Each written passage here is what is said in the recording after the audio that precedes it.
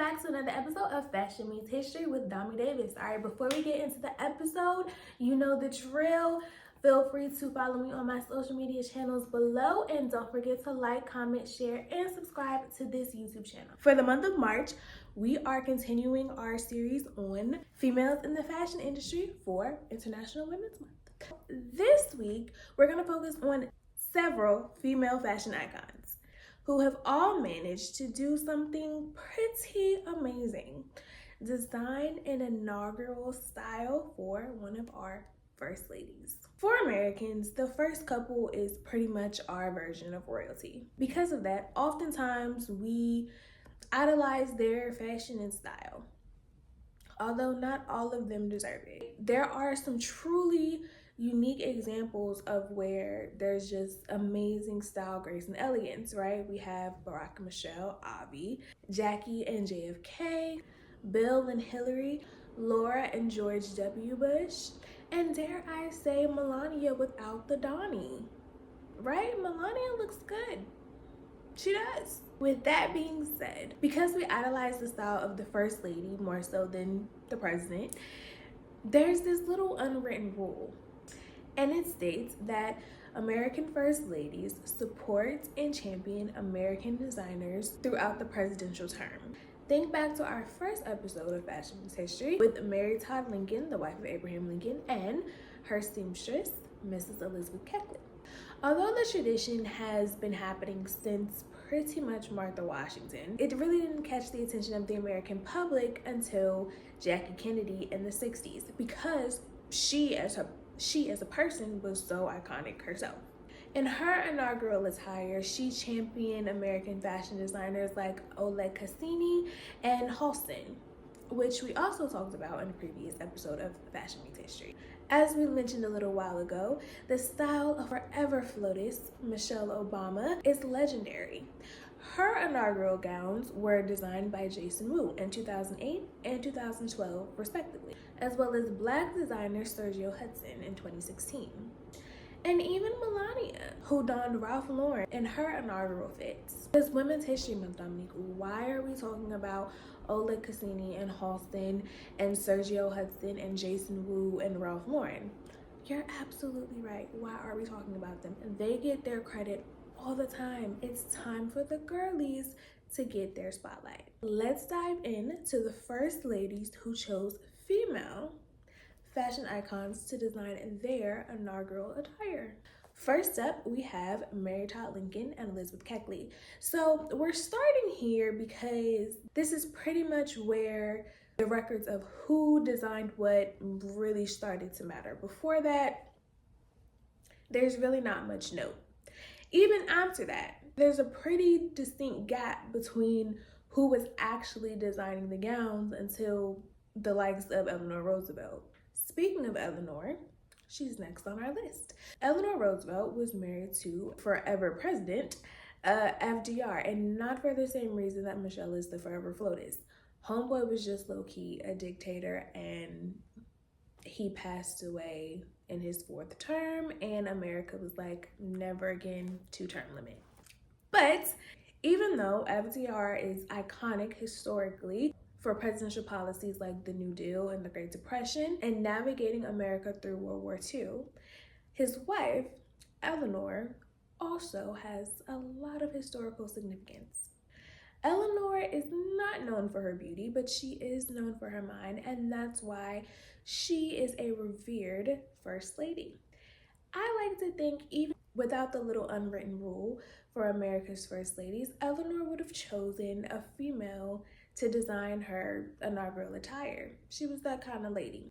And she did go a step further, but we'll get into that a little later. Eleanor's designer was Sally Milgrim. Now, Sally Milgrim was a well-known and established designer in the 20s and 30s and 40s.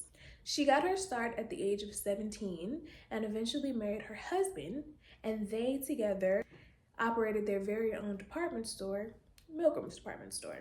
Before her famous achievement of designing for First Lady Eleanor Roosevelt, Sally Milgrim won accolades in Paris during the 1920s, surpassing Parisian designers for these accolades and awards. Like previous fashion icon Anne Lowe, Sally Milgrim only designed for the social elite in New York. That means old money, politicians, and solidified celebrities. In March of 1936, Milgrim was one of 24 women honored by the New York League of Business and Professional Women, a distinguished title considering the day and age. She retired from her work in 1960. Next is Mamie Eisenhower. Now, Mamie, like Eleanor, not known for her beauty. Sadly, unlike Eleanor, Mamie isn't really talked about at all historically. But she did choose Nettie Rosenstein to design her inaugural gown. Like Sally Milgrim, Nettie Rosenstein was a successful designer well before she graced us with Mamie Eisenhower's inaugural gown. Nettie started her own sewing and tailoring business at the age of 16. She was so skilled, not only in her craft, but also in business, that her business stayed in the black during the Great Depression. Her craftsmanship and her knowledge of Parisian fashion propelled her career. Her designs were wildly coveted, highly copied, and the originals were highly priced. Even with so many copycats, her original designs were distinct, and that, along with the quality of the work and the quality of the fabrics, made her pieces quite expensive and sought after. Now, remember a little while ago when we were talking about Eleanor Roosevelt and how I believe she was a woman that made her own statements and they were made for a reason? Well, here's why. Eleanor Roosevelt and Mamie Eisenhower, willingly knowing or not, chose two Jewish American women to design their inaugural gowns. Now, let's remember, for Eleanor Roosevelt, she was First Lady when America entered World War II. Mamie Eisenhower was First Lady when the war was done. Now, I think choosing a Jewish American designer was quite a statement given the time. Even though America fought to abolish Nazi Germany, there were quite a few Americans here at home who held the same types of views. A choice like this as First Lady really made a statement, whether they meant to or not. Now let's get back to our list. Next up, we have Jackie Kennedy. Although Oleg Cassini was known for much of Jackie's attire, Ethel Frankau designed one of her inaugural styles during JFK's presidential term. Now, Ethel Frankau is a little different than our previous two designers. She, not a designer herself, is better known as the esteemed director of Bergdorf Goodman's custom designs. Although she did do some design work of her own, she was more widely known as what we would consider today a buyer. That feat in itself was amazing, considering she was a woman in the 60s. She held her title for quite a long time until she died. She is given the title of a fashion icon because of her knowledge of French fashion and style. Next on the list, we have Rosalyn Carter. Mrs. Jimmy Carter chose Mary Matise, an Italian-American designer who co-operated a family business with her brother in New York City. Now, unlike our other designers, Mary wasn't a singular stylist, meaning that she didn't have her own collection that were bought by Saks and Bergdorfs and so on and so forth. Instead, the manufacturing company that she and her brother co-operated produced specialized attire and a lot of ready-to-wear for many occasions. This choice by Rosalyn Carter, in my opinion, is a nod to the Carters and their good hearts in general. Rosalyn wasn't a fancy woman, and she didn't need the fancy things. She just needed her Lord and Savior, Jesus Christ. And I choose to believe that she and Jimmy really believe that. They're just two good old people who've been good all their life, or strive to be, is a better term. America didn't deserve Jimmy. Back to our list. Next up, we have Hillary Clinton. Although Hill isn't known for her style in terms of being iconic, she is known for the power suit. Hillary redefined being the First Lady, in my opinion. It wasn't about the glitz and glam. Hillary was her own person with her own brain and her own style. that matched, if not surpassed, her husband's. Hillary's style wasn't the glitzy and the glammy. It was the power suit and the power suit. And even though she was criticized by the American public for her lack of glamour and pizzazz, Hill didn't back down. She stayed true to herself.